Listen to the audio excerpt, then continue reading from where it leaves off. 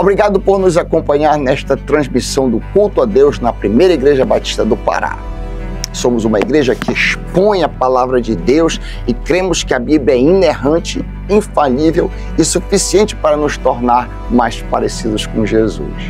Queremos te encorajar a estar conosco em nossos cultos presenciais aos domingos, às quartas e aos sábados. Assim, poderemos celebrar juntos o Deus vivo e aprendermos mais as verdades de sua palavra. Se você tomou alguma decisão, entre em contato conosco através do nosso site e das redes sociais. Queremos orar por você e ajudá-lo na sua caminhada com Cristo. Que Deus te abençoe copiosamente em nome de Jesus. Amém. Este cântico que nós acabamos de entoar, ele é pautado provavelmente em um dos textos mais conhecidos. É difícil dizer qual é o texto mais conhecido. João 3,16 é um texto muito conhecido, mas o Salmo 23 é muito conhecido, de muita gente, inclusive que não é crente, mas já ouviu falar no Salmo do Pastor.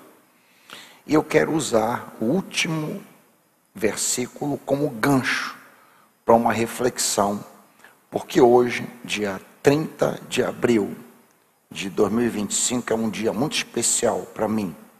Hoje, exatamente, um quarto de século atrás, 25 anos atrás, eu saí de uma situação muito difícil e entrei, estava com o rosto cheio de esperança para uma nova situação. Eu queria compartilhar isso com os irmãos, maiores detalhes por vir. Vamos ler alguns trechos do Salmo do Pastor, apenas para gancho. Primeiro versículo: o Senhor é meu pastor e nada há de me faltar, porque Ele me leva para repousar nos pastos verdes, leva-me para junto das águas do descanso, refrigera minha alma. Ainda que eu ande pelo vale da sombra da morte, não temerei mal nenhum, porque o Senhor está comigo. A tua vara, o teu cajado, a tua presença me consola. Tu preparas uma mesa na presença dos meus adversários. Unges a minha cabeça com óleo e o meu cálice transborda. E está aqui o texto: bondade e misericórdia certamente me seguirão todos os dias da minha vida, e habitarei na casa do Senhor para sempre. Pai, fala conosco. Pai, fala aos nossos corações, encoraja-nos nesta noite, nós te pedimos, Pai. Tua bondade me seguirá, Senhor.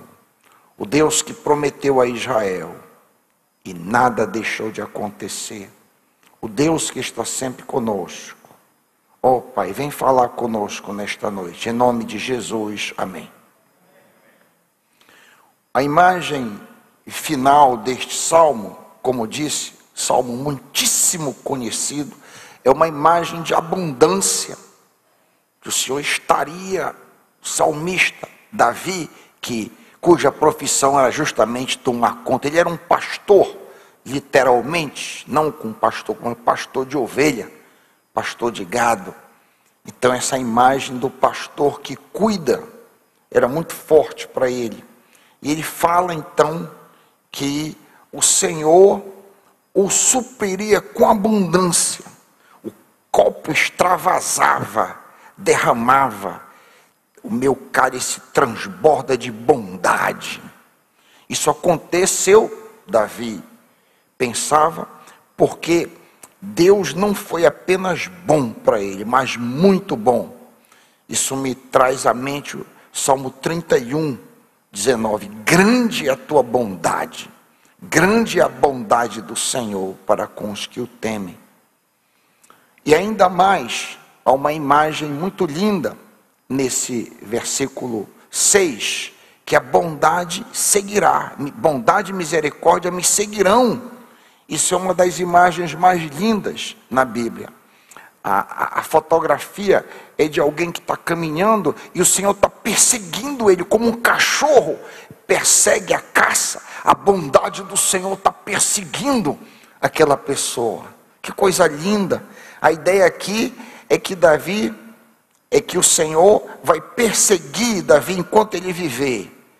com bondade, com misericórdia, com amor, carinho, perdão, por toda a sua lide terrena. O Senhor pastor há de nos amparar a mim e a você por todos os nossos dias. Como os irmãos muito bem sabem, eu estou pregando quase que ininterruptamente neste púlpito.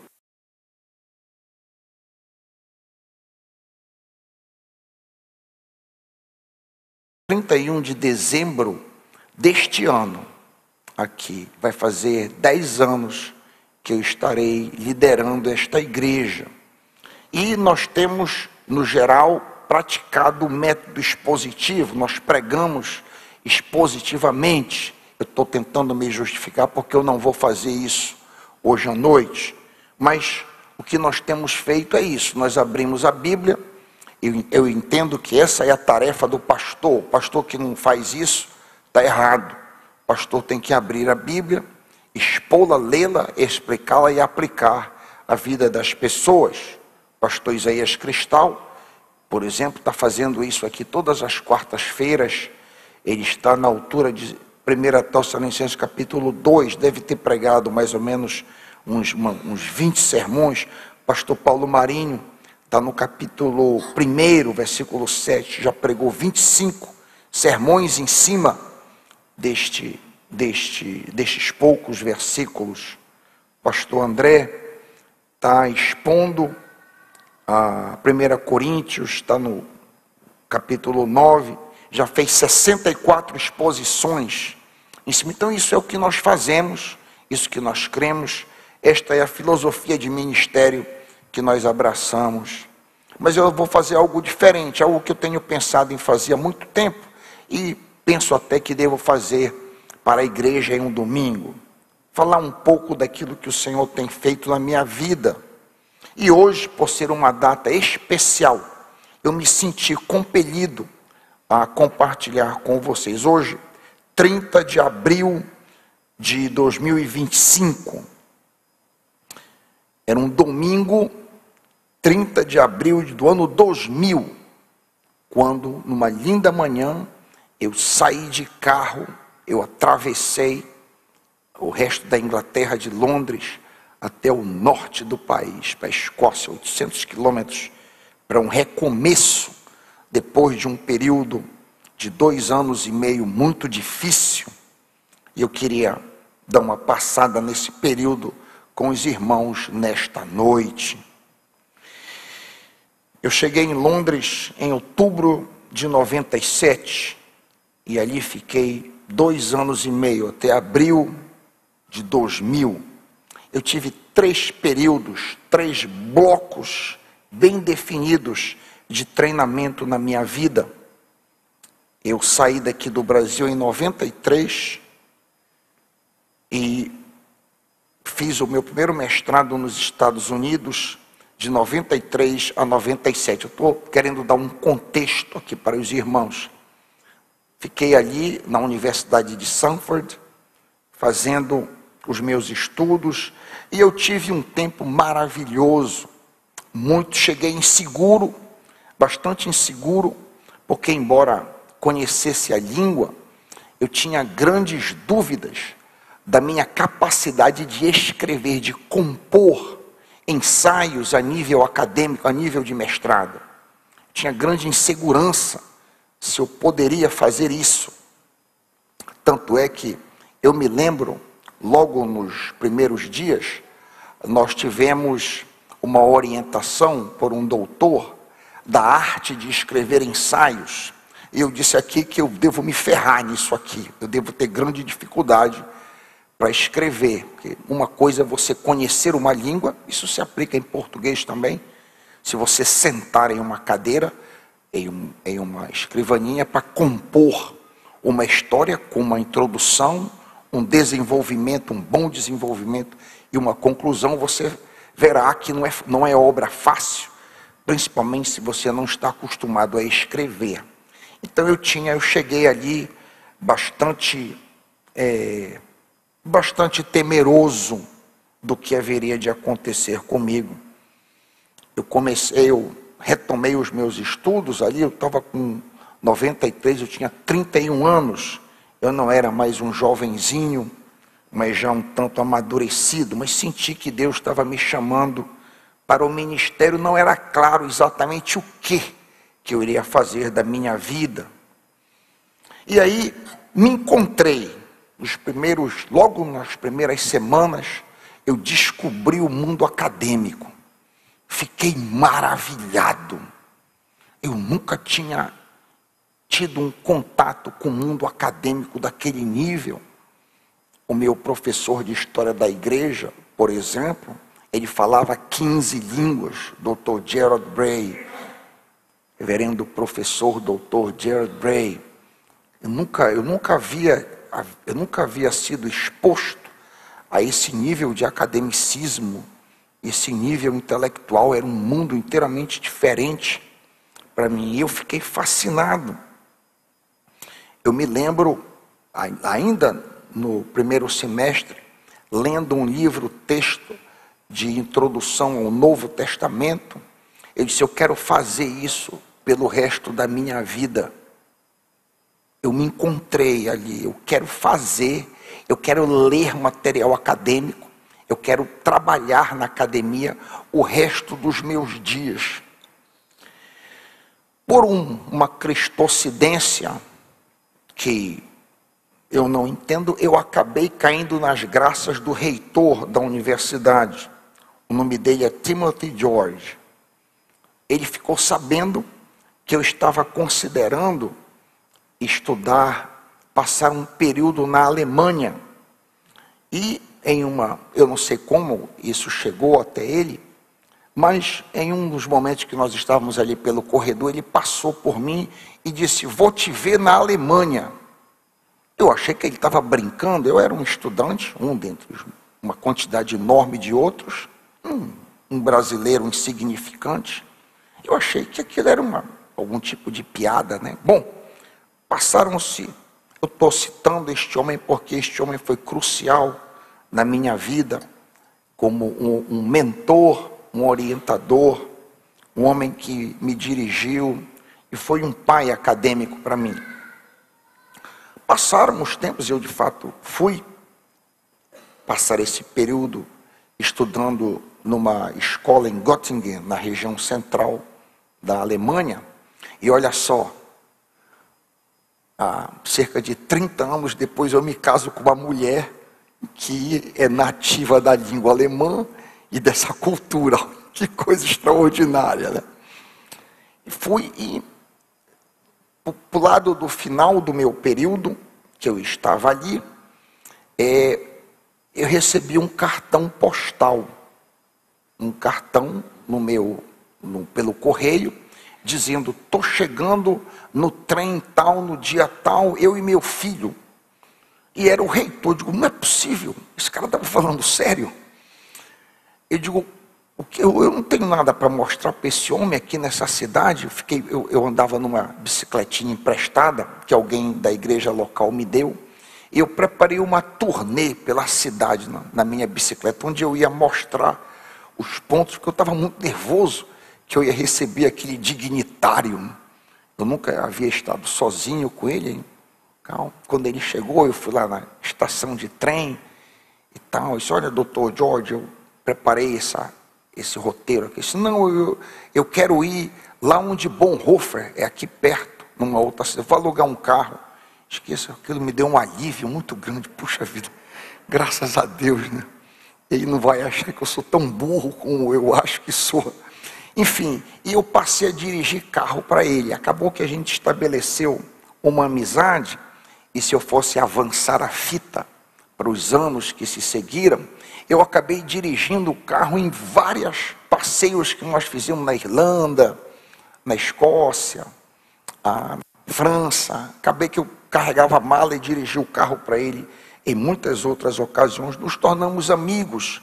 Aquele homem que maduro e melhor do que eu, anos-luz, nos aproximamos bastante.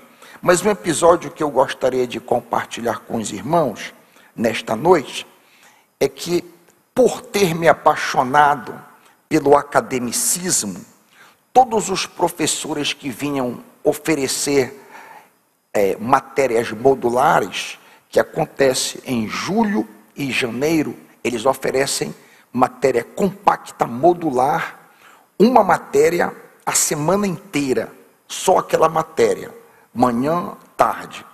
E todos os professores visitantes que apareciam lá, eu tentava me aproximar e aparecia um camarada lá, uma grande figura, um grande acadêmico da Universidade de Cambridge.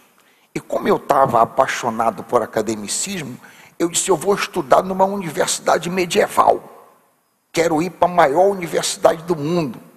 Porque, embora eu fosse um tolão amazônico, eu achava que Deus era grande e podia fazer grandes coisas por mim.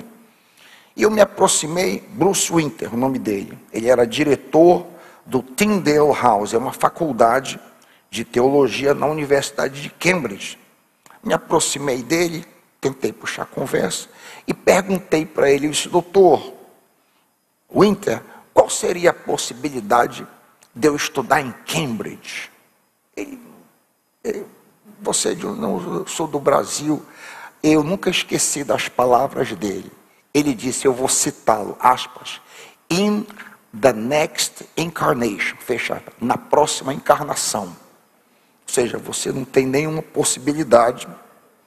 Tá bem, não foi muito animador, né? Para um jovem estudante. Isso foi, eu penso, logo no começo dos primeiros 4 anos que eu estive naquela universidade ali, fazendo o mestrado. Foi um período de grandes alegrias, fiz muitos amigos, inclusive, como eu acabei de dizer, me tornei amigo do reitor, para o meu espanto, né? Muitas alegrias, saíamos muito, foi muito bom, tive um período muito gostoso. E aí, então, quando terminei aquele mestrado, eu me mudei para a Universidade de Londres, fui para a Europa para fazer um segundo mestrado, porque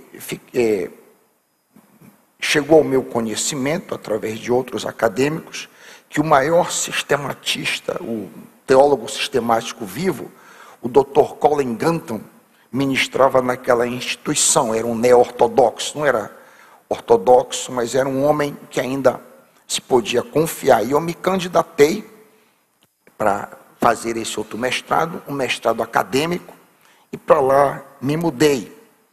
Quando cheguei lá, foi um admirável e triste mundo novo.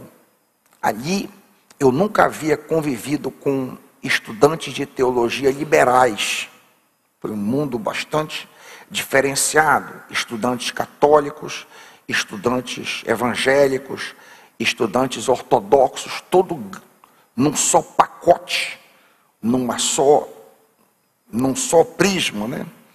E eu me lembro, para o meu espanto, por exemplo, para citar um choque vindo de uma perspectiva evangélica conservadora, um dos colegas que logo no primeiro dia, ele estava com a namorada grávida, me apresentou a namorada grávida, numa normalidade assim, sem nenhum constrangimento, sem nenhum normal aquilo tudo.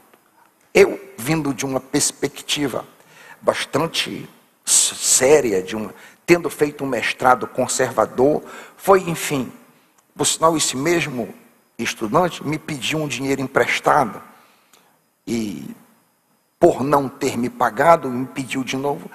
Eu digo, eu não tenho como ficar emprestando dinheiro a você, já que eu não sou um homem rico, e eram libras, né?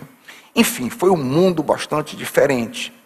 E, naquele período da minha vida, eu quero falar sobre a bondade do Senhor, que me seguirá. Eu passei dos 3 períodos, o período mais difícil da minha existência. Muito sozinho, me sentia muito só, no meio de uma multidão de pessoas, os metrôs lotados, e eu passava semana, em muitas semanas eu dizia só oi, ou bom dia para as pessoas.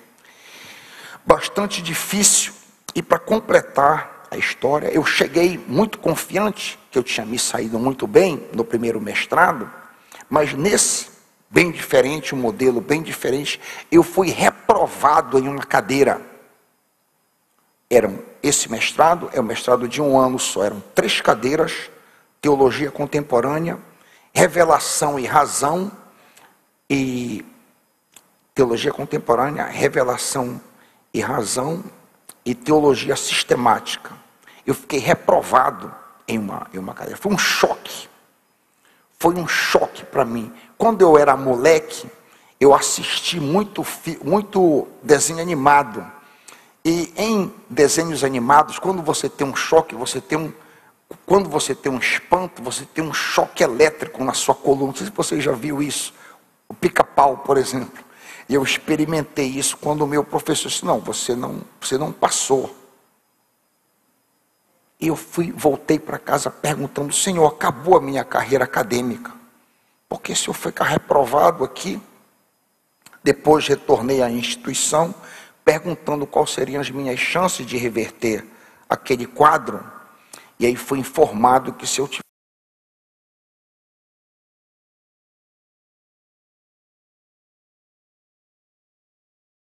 3 tem uma nota, e 50% da nota final, e 50% é a tua tese de mestrado.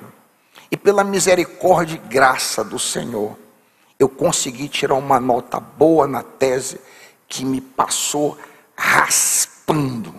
Eu sobrevivi. Depois, quando eu estava agonizando durante esse período, se eu ia conseguir passar ou não, eu fiz uma promessa ao Senhor. Eu disse, Senhor, se tu me tirares desse buraco, se eu conseguir passar, se eu conseguir obter esse título, porque eu descobri por que aquilo aconteceu comigo. O meu coração estava cheio de orgulho, meu coração estava embotado de orgulho, e o Senhor queria lidar comigo. E daí essa grande derrota na minha vida.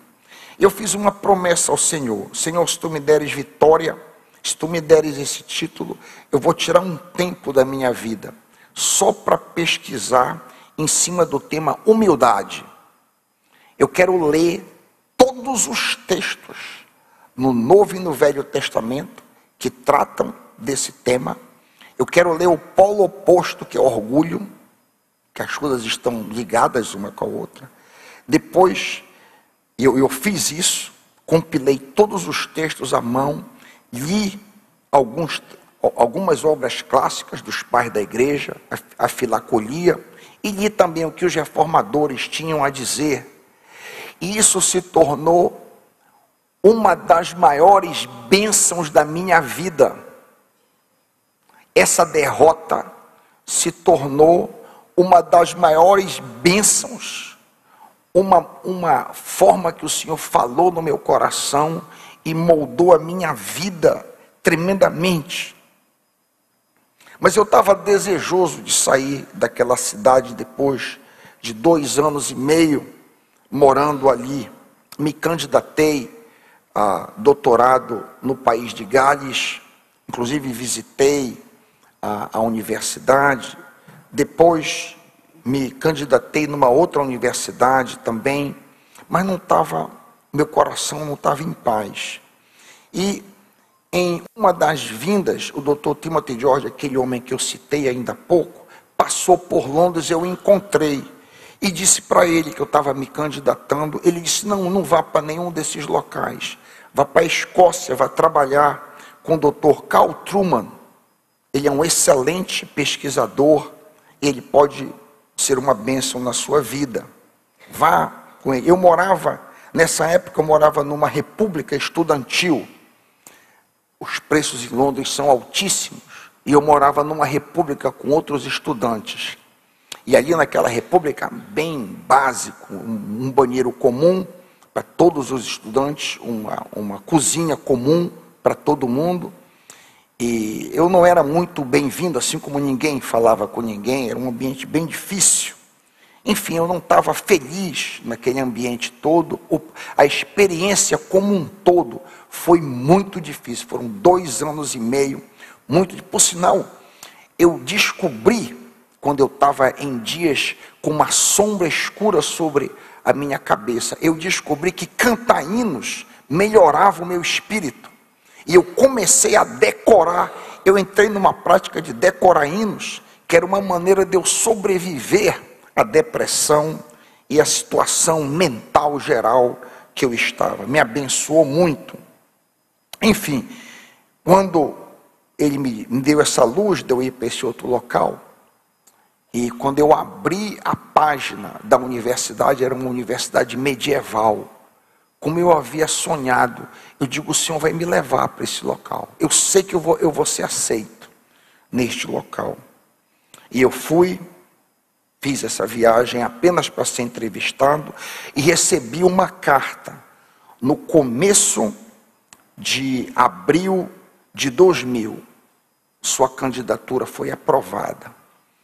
Alguns dias depois, no dia 30 de abril de 2000, do ano 2000, eu entrei do carro e saí para um sonho de um outro momento na minha vida. E é interessante, meus irmãos, que por mais que eu tenha passado dificuldades variadas ali naqueles 2 anos e meio, como a mão do Senhor me sustentou, como o Senhor me guardou, me protegeu e me sustentou. Eu vou dar um exemplo, adiantando a fita um pouquinho, para fechar, para não enfadá-los muito com testemunho. Algum tempo depois, eu já na Escócia, fazendo doutorado, o mesmo Timothy George chegou lá e me convidou para uma viagem. E no meio da viagem, a gente desceu de carro para o sul da Inglaterra. Ele disse para mim, olha, nós vamos para Cambridge, porque eu fui convidado pelo diretor de uma das faculdades, Dr. Bruce Winter. Opa, me lembrei dele, anos havia se passado. Dr. Bruce Winter me convidou e tal, que bom, né?